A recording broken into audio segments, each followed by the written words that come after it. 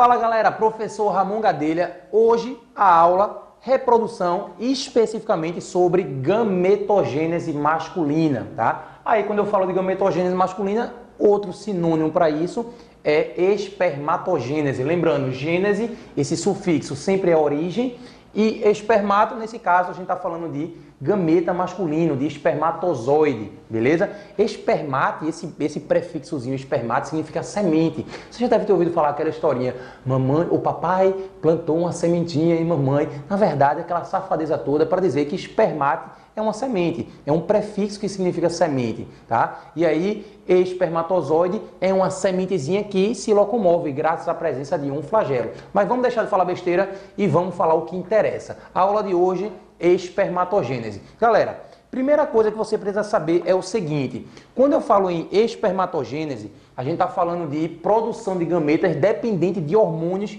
que vão ser liberados aqui. Primeiro, existe uma ação inicial por uma região do sistema nervoso central chamado de hipotálamo. Esse hipotálamo libera substâncias que vão estimular as gonadotrofinas. Esses caras aqui, ó, essa região hipotálamo se conecta a esse órgãozinho aqui, essa glândula chamada de hipófise.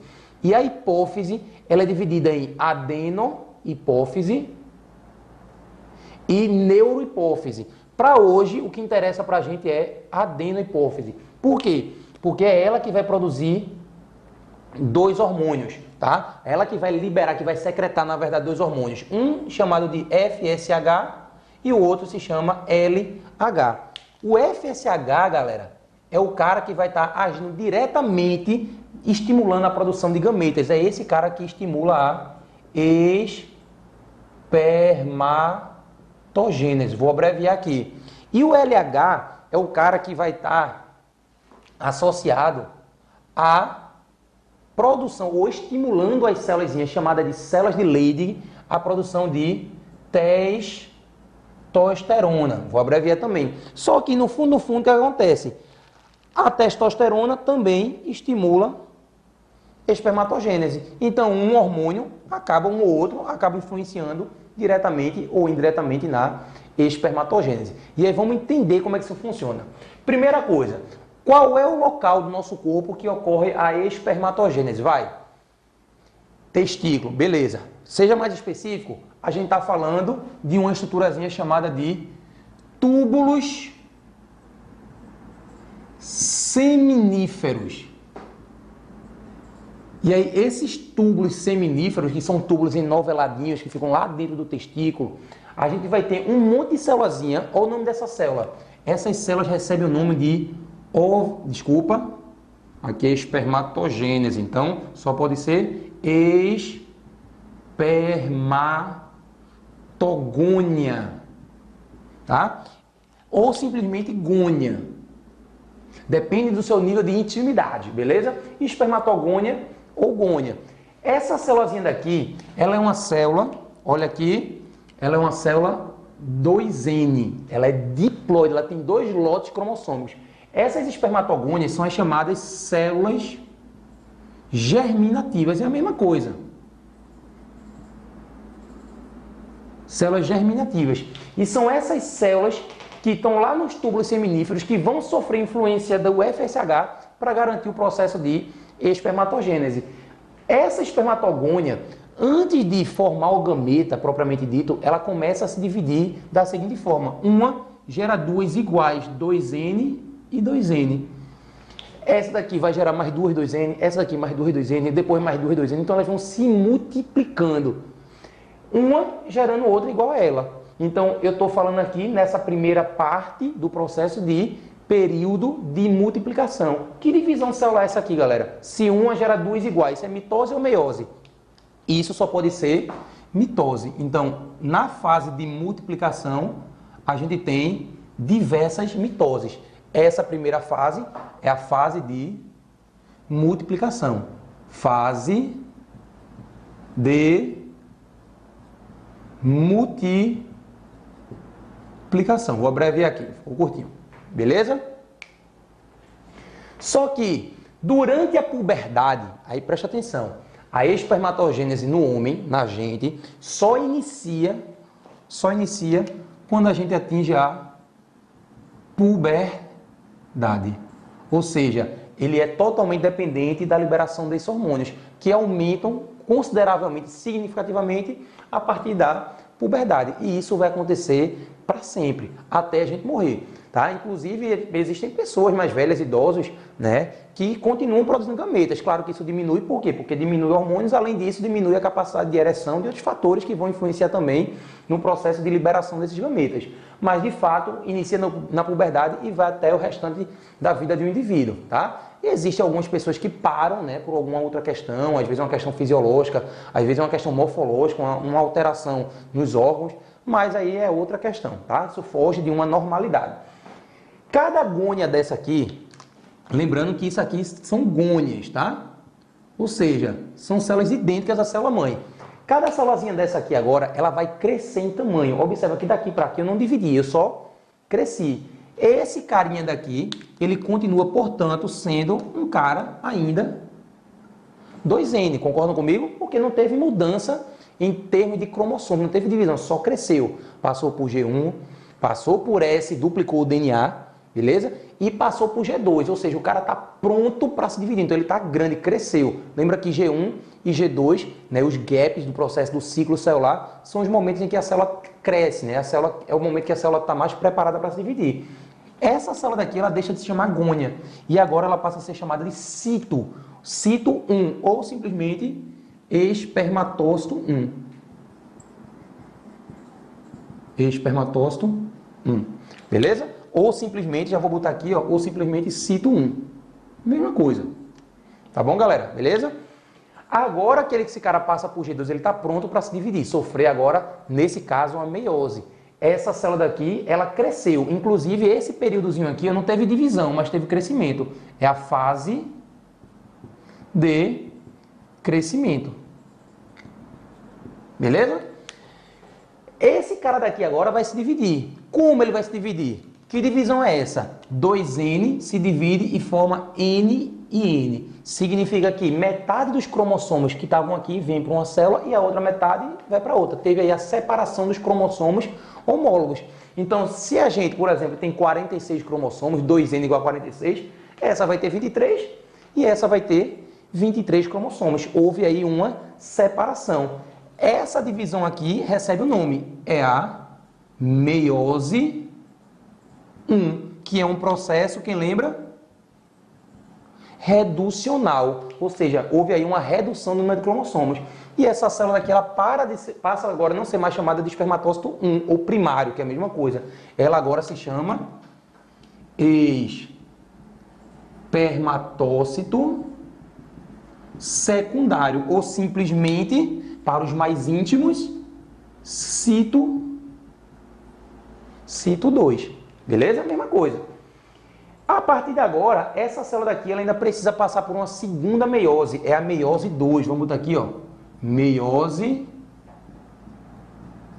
2.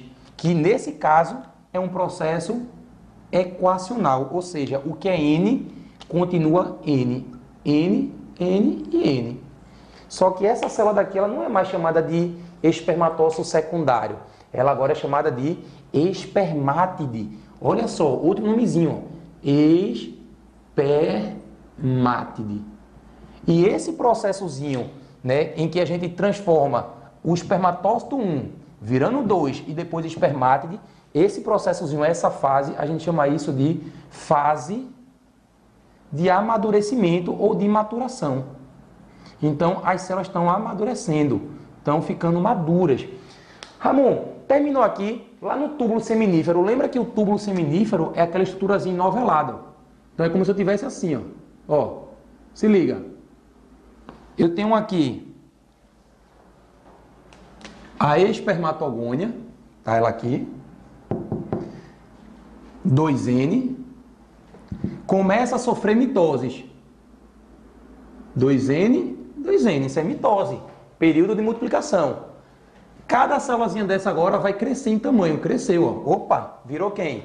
Espermatócito primário. Esse espermatócito primário ainda é 2N. Período de crescimento. Cada espermatócito desse primário vai sofrer a primeira meiose. Meiose 1. N e N vira agora o espermatócito secundário. Cada um desse vai se dividir e vai virar o espermatócito, vai virar a espermátide. Essas espermátides estão aqui, estão prontas agora para sair e serem liberadas? Não. Elas precisam ainda amadurecer, se modificar e virar finalmente esse carinha aqui, ó. Agora eu tenho a preparação desse carinha. Esse carinha aqui, que a gente chama de espermatozoide. Então veja que a espermátide ainda não é o espermatozoide, ela precisa amadurecer para finalmente virar os espermatozoides, que são células, sim, N haploides, mas que agora estão preparadas para poder ser liberadas. Então, quando eu tiver aqui a formação dos espermatozoidezinhos, aí esses caras passam pelo túbulo, por essa redezinha aqui que vai formar rede testicular, depois vai para o epidídimo, vai para o canal deferente e aí vai ser liberado junto com o restante do sêmen para o canal vaginal, para o caminho da felicidade, beleza? Então, isso daqui tudo é o que a gente chama de espermatogênese. Cuidado para não confundir com essa última etapazinha aqui, ó. Essa última fasezinha, somente ela, a gente chama ela de espermiogênese. Então, cuidado, por favor, galera, para não esquecer. Espermatogênese, tudo. Espermiogênese é essa transformação, esse amadurecimento de espermátide em espermatozoide. Fase de multiplicação, de crescimento, de maturação, espermiogênese. Para a gente finalizar, eu preciso mostrar como é que ocorre essa transformação, o que é que o espermatozoide vai ter de especial, beleza? Então segura aí, eu vou apagar e vou fazer um esqueminha para a gente entender melhor como é que funciona isso, beleza?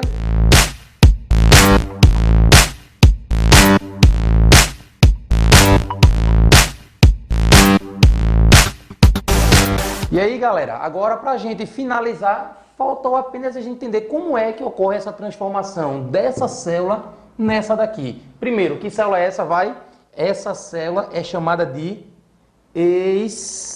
espermátide. Lembra dela? Espermátide. E essa espermátide, a gente já sabe, né, agora que se trata de uma célula N. Então, aqui o conteúdo genético é apenas haploide, beleza? Então, essa célula ela é haploide. Só que olha o que acontece, vê que interessante. Quando essa célula vai passar pela espermiogênese, transformação de espermátide em espermatozoide, basicamente o que vai acontecer aqui é perda de conteúdo citoplasmático. Então, o citoplasma, boa parte do citosol sai, e aí a gente vai ter a transformação desse cara. Só que algumas dessas organelas que eu destaquei aqui em cores diferentes, elas vão se localizar em regiões específicas.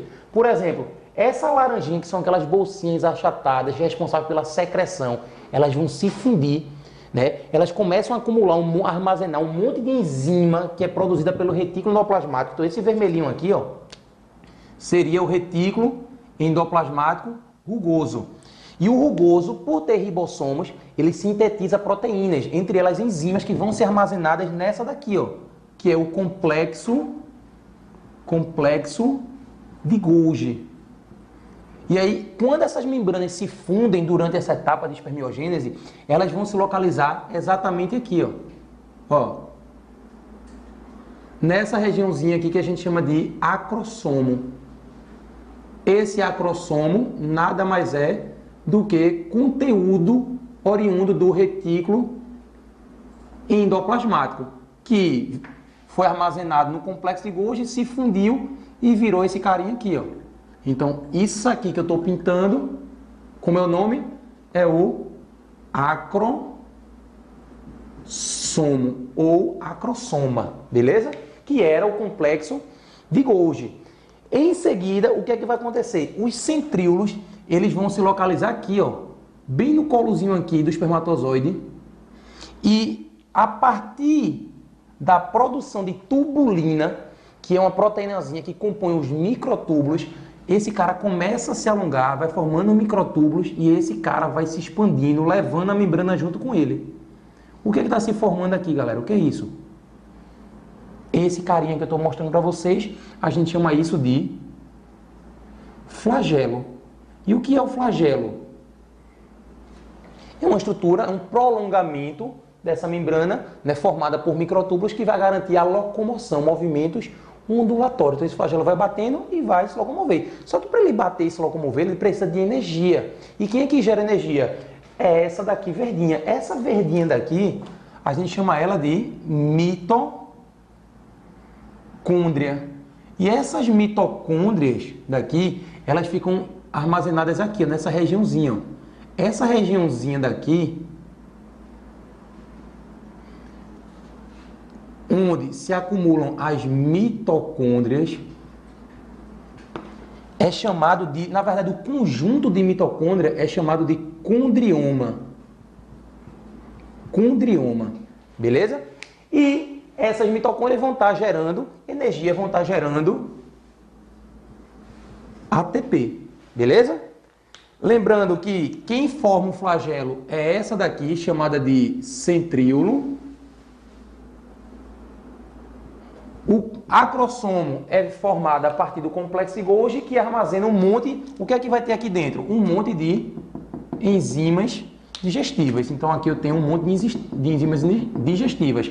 Acrosina, neuraminidase, hialuronidase, tem um monte de enzimas que a gente vai entender qual o papel dessas enzimas no processo de fecundação. Só para a gente finalizar, eu tenho essa regiãozinha daqui, que a gente chama de cabeça. Eu tenho essa regiãozinha daqui, que a gente chama de peça intermediária. E eu tenho essa regiãozinha daqui, que se prolonga por todo o flagelo, que a gente chama de cauda. Eita! E essa cauda, ela basicamente é composta pelo flagelo, por esse prolongamentozinho que parte do centríolo. E aí a gente entende a diferença de um espermátide para um espermatozoide. A partir de agora, esse cara pode sair pelos túbulos lá seminíferos e seguir o caminho final, ou seja, buscar a fecundação. Isso é espermatogênese, isso é biologia, isso é Ramon Gadelha. Tamo junto?